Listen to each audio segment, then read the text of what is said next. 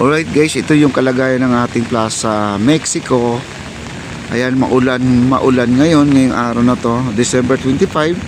Ito po ang sitwasyon.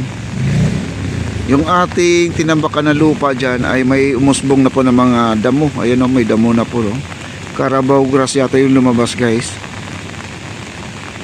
Ila-landscape na lang po nila to. At saka itong bakante na to, di ko lang alam kung ito ay lalagyan ng concrete tiles. Kasi meron tayong maraming concrete tiles doon nakatambak. Ang dami bagong deliver lang po yan guys. Ayan. Ang daming tiles. Concrete tiles po yan ang tawag nila. At ang ating mga tanim ay nailatag na po doon sa dulo. Yung mga tanim, ayan o. Lakas ng ulan dito guys, grabe. Narinig nyo yung patak ng ulan sa ating payong. Ay talagang kala mo mayroong ano tawag dito, nagtatype no. Parang may notaryo sa ating payong. Ayan po ating marker natin no. Tinakpan po nila yan. Di ko lang alam abangan po natin. Baka yun ay makinisin na po nila yan at hindi na po nila pwedeng galawin. Ayusin na lang po na magiging pugi siya ulit itong marker na yan. Wow.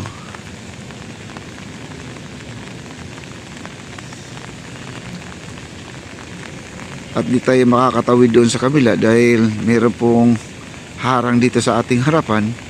At may nagbabantay po dito guys ang ating Intramuros Guard no. Nandito sila ngayon.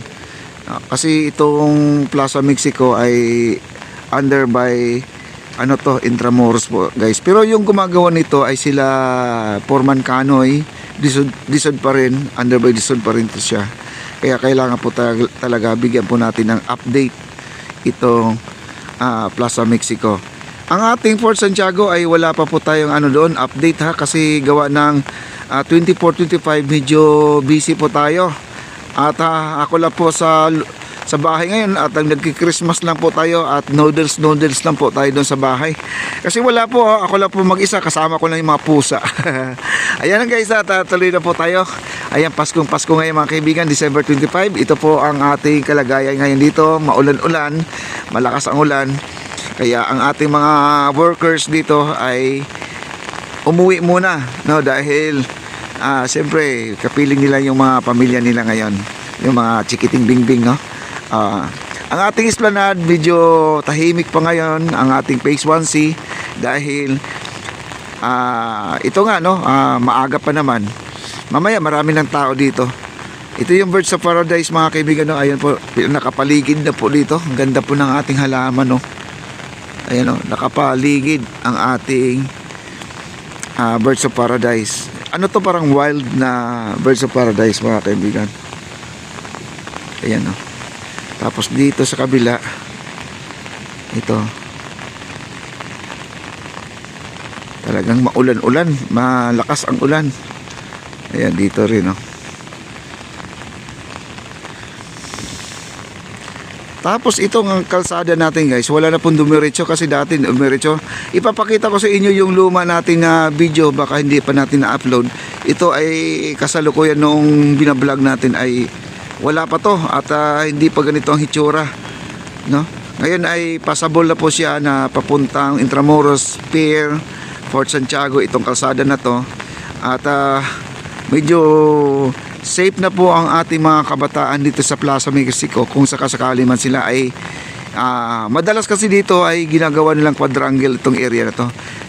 Medyo lumawak na po ang kanyang area dahil gawa na wala na po yung kalsada dito sa gitna no, natanggal na po yung kalsada sa gitna.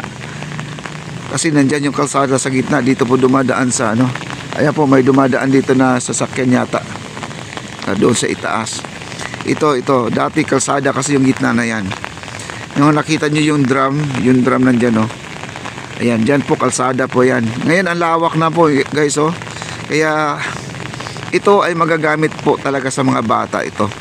Ang ganda po ang naisip ng ating mga engineer sa DSUD mga kaibigan no? At nabigyan po nila ng malaking pansin itong ating Plaza Mexico. Kung hindi lang po sa kanila to na nakikita to, kasi ang balak talaga nila itong boardwalk ng ating esplanade na karugtong papuntang Fort Santiago, Maestranza.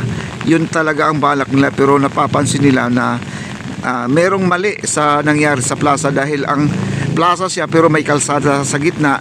Parang hindi siya safe sa mga kabataan na nagpa-practice dito, kasi yung mga dumadaan dito ay humaharurot po sila. Humaharurot yan pa, tapos may mga bata naglalaro ng badminton, soccer, takaw, at saka yung sepa takraw ba yan. Tapos may sumasayaw, may dala-dala sila mga speaker dito. Ganun po ang kanilang ginagawa. Sa ngayon po ay safe na po sila. Ayan, kagaya nito makikita natin, oh. Ayan, oh. Ayan sila, kuya, oh. Oh. Papunta, liliko na lang po sila dyan. Bali, okay na po ang ating Plaza Mexico, na ayos na po ang kalsada. Ayan, guys, oh. Ayan po mga bata. Ayan, oh. Pinasya lang nanay, oh. Naglakad-lakad lang po sila, nakakapote. Paskong Pasko no, na umuulan, guys. Na timing naman sa 24-25 na may bagyo tayo. Meron tayong LPA. Pero ganun pa man, ay enjoy naman po tayo dito sa ating mga ginagawa, dahil malapit lang po tayo sa Pasig River, kaya nabibigyan ko kayo ng update. Ayan po ang ating mga PVC. Nakikita natin mga PVC dyan, oh. Ayan. Ayan, mga bollards po yan. Oo, gaganda ang ilaw dito, guys, sa ating Plaza Mexico. Kung sakasakali po ito ay malagyan po ng mga wiring yan, no? May mga wire na yun, no? Yun. Hindi po ano yan, hindi po tubig ang dadaan dyan, kundi yung ano yan, yung mga wires para doon sa ating pailaw yan, pailaw sa plaza. At saka dito, guys, ang panawagan ko lang dito, yung mga taniman lang dito ay ingatan sa mga bata na hindi maapak-apakan, kasi pag laging naapakan yung halaman, lalo yung Carabao grass, ay mamamatay talaga yan, hindi talaga tutubo yan. Kaya yun po ang maganda dyan, na hindi nila apak-apakan. Alam mo na yung mga bata talaga, no, hindi nila wala pang caring, hindi kagaya ng ibang mga bata na mayroong pagmamahal sa ating nature. Ayan po ang ating yung concrete tiles natin. Kasi may nagsasabi kasi dito, ito ay bricks. Iba yung bricks or tisa.